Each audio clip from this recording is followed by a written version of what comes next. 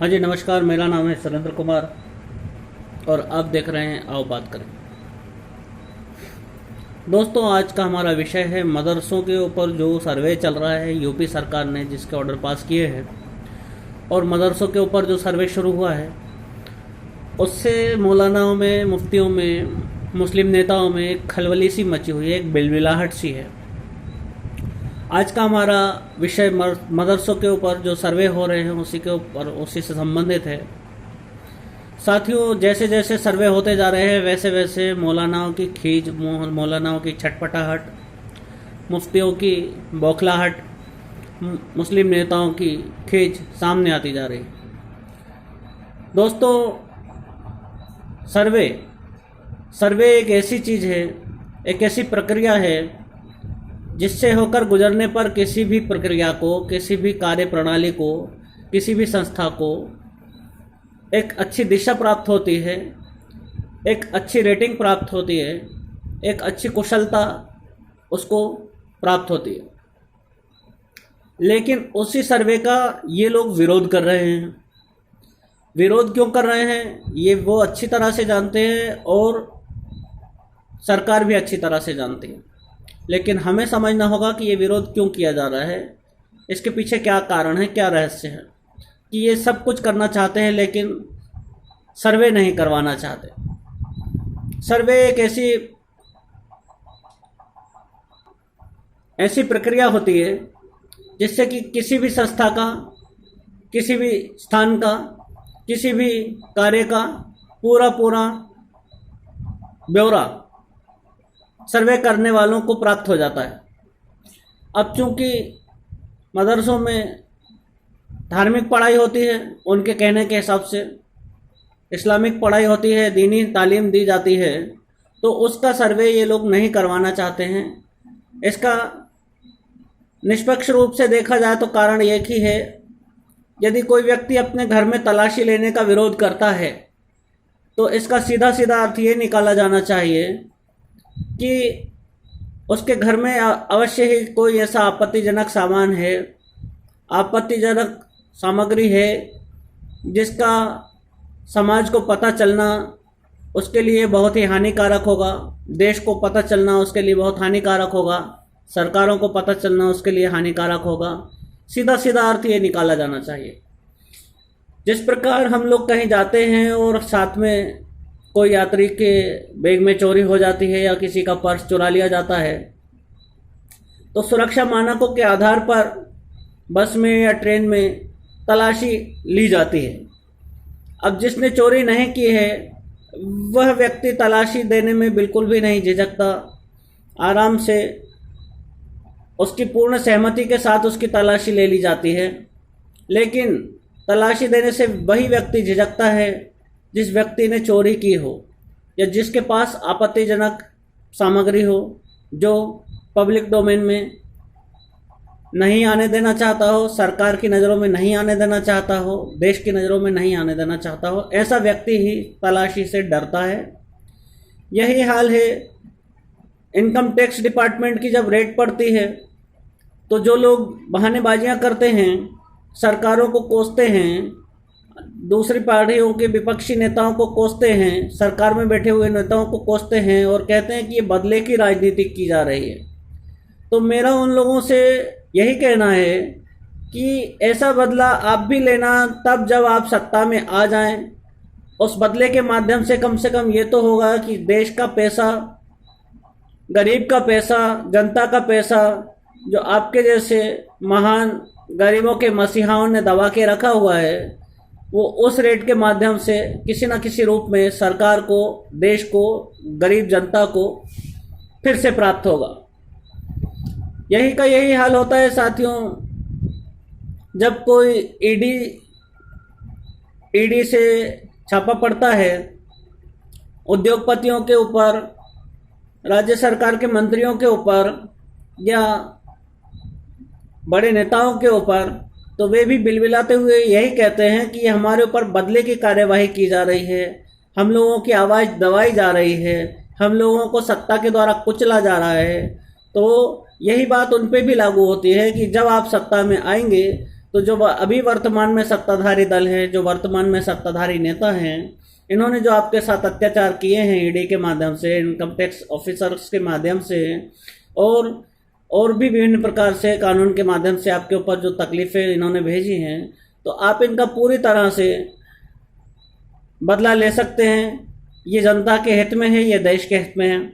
अब वापस आते हैं मदरसों के सर्वे के ऊपर।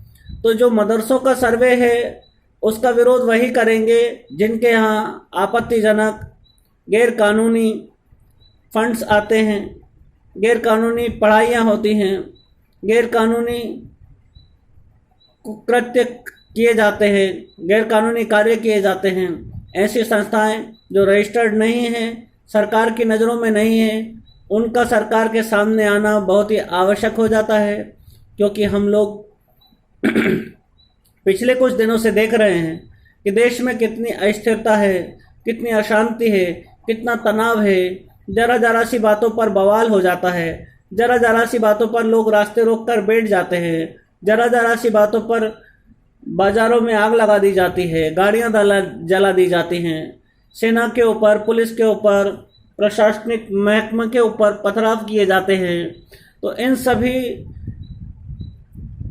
घटनाक्रम का आधार कहीं ना कहीं इन्हीं संस्थाओं से जुड़ा हुआ है जो रजिस्टर्ड नहीं है, जो सरकार की नज़रों में नहीं है और जो ना अपने आप को सरकार की नज़रों में लाना चाहते हैं।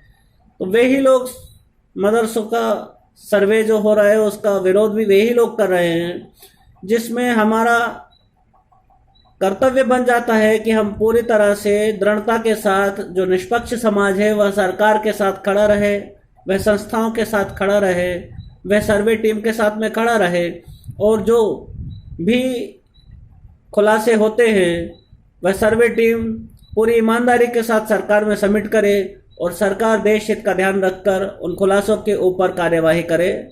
ऐसी आशा के साथ मैंने इस विषय पर अपने विचार इसलिए व्यक्त किए हैं क्योंकि मैं एक आम भारतीय होने के नाते अपने देश में खुशहाली चाहता हूँ, समृद्धि चाहता हूँ, समरसता चाहता हूँ और संपन्नता चाहता हूँ। अपने देश का, अपने समाज का विकास और अपने देश की खुशहाली के लिए निरंतर जो लोग कार्यरत हैं, ऐसी संस्थाओं को मैं अपने मन से प्रणाम करता हूँ। लेकिन वे संस्थाएं भी यदि सरकारी सर्वे के अंतर्गत आती हैं और उसका वे लोग विरोध करते हैं तो मैं उनका भी विरोध उसी प्रखरता के साथ, उसी मुखरता के साथ करूँगा जिस तरह से इस समय में मदरसों के सर्वे का विरोध करने वालों का विरोध कर रहा हूँ।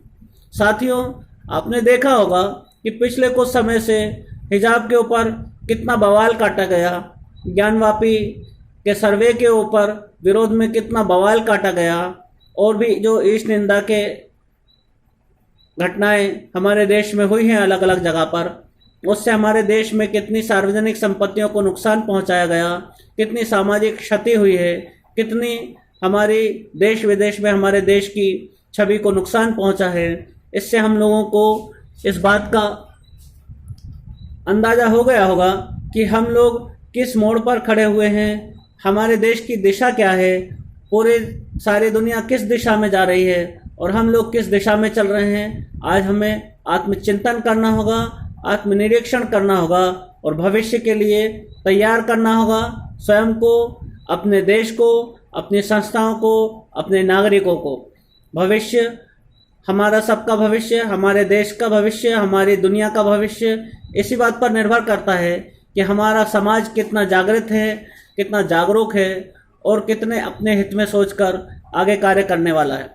ऐसे में हम सभी का कर्तव्य हो जाता है कि जो संस्थाएं संविधान के हिसाब से बनाई गई हैं, संविधान पर आधारित हैं, ऐसे संस्थाएं, ऐसे डिपार्टमेंट्स जो अपना कार्य करने में बहुत से लोगों के विरोध का पात्र बन जाते हैं, ऐसे डिपार्टमेंट्स की समर्थन में हमें खड़े होना होगा। हमें पब्लिक डोमेन से उनका समर्थन करना होगा, सोशल मीडिया प्लेटफॉर्म से उनका समर्थन करना होगा, ताकि उन्हें ऐसे लोगों से लोहा लेने में किसी तरह की कोई नर्वसनेस नहीं महसूस हो।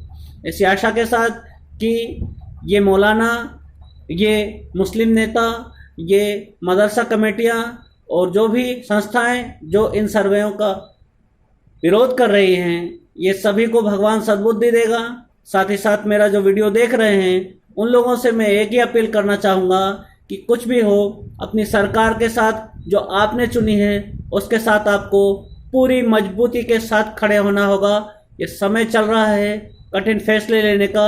यदि इस समय में यदि हमने कठिन फैसले नहीं लिए, हमारी संस्थाओं ने, हमारी सरकारों ने यदि इस समय में कठिन फैसले नहीं लिए, तो हमें भविष्य में वो दिन देखना होगा जो किसी भी कीमत पर हमें स्वीकार नहीं होगा। आप समझ चुके होंगे मेरा इशारा किस ओर है। किस तरह कुछ संस्थाएं भारत देश में 2047 के सपने संजोकर बैठी हुई हैं। किस तरह से कुछ संस्थाएं भारत देश को अशांत करने का षड्यंत्र रचे जा रही हैं। किस तरह से कुछ संस्थाएं भारत देश को बदनाम करने में प्रतिस्पर्धा में लगी हुई हैं।